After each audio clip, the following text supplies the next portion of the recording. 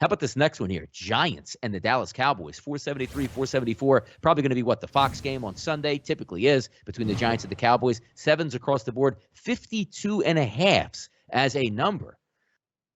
Now, the one thing with the Dallas Cowboys, it almost doesn't sit like you're down Michael Gallup. You saw, Amari Cooper left early in that game with a hamstring injury, came back in and still dominated. Dak Prescott didn't even throw for 200 yards, but still had four touchdown passes. But the running game was sensational. That is the sign of that Dallas Cowboys offensive line that was so great a couple years ago, dinged up with injuries, now playing well. And they're going to probably wind up winning the NFC East because they're just the most talented team with the best overall quarterback in the division. But looking at this game here, what do you take away, Kyle, from the Giants? Back-to-back road games now. Great win on the road in overtime against New Orleans. But now you're going to face a legitimate offense that can expose your defense here.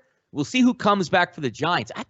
I don't want to get caught in this trap again. Daniel Jones threw for 400 yards in the dome on the road and won a game in overtime. I'm trying to, wrap my head because you look at some of the statistics here, and legitimately he's a top 10 quarterback in the NFL statistic-wise. But, when I take him against the Falcons, they got injured. They look terrible. Then they look good last week. And they're over-under. The team total is not going to be that bad. 7-point number here early in the week. Division game. I get it, but Dallas looks really good. Dallas looks really good at home, particularly as well.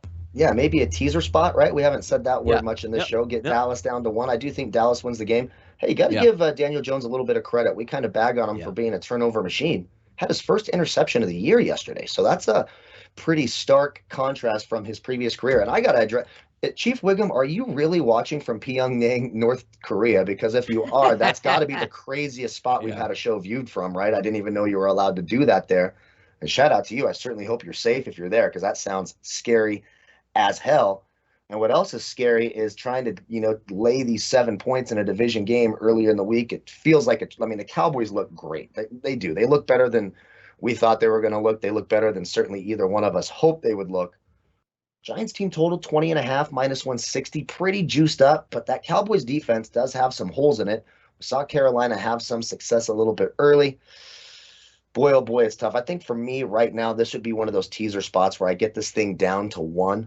And to answer Barry Lusk, we do give 1 player prop per game at least. Sunday mornings on our Sunday morning show, we literally give out a prop for every game. It's a little bit. We give out a couple props already tonight. We'll do it Thursday night, and we do it again Sunday.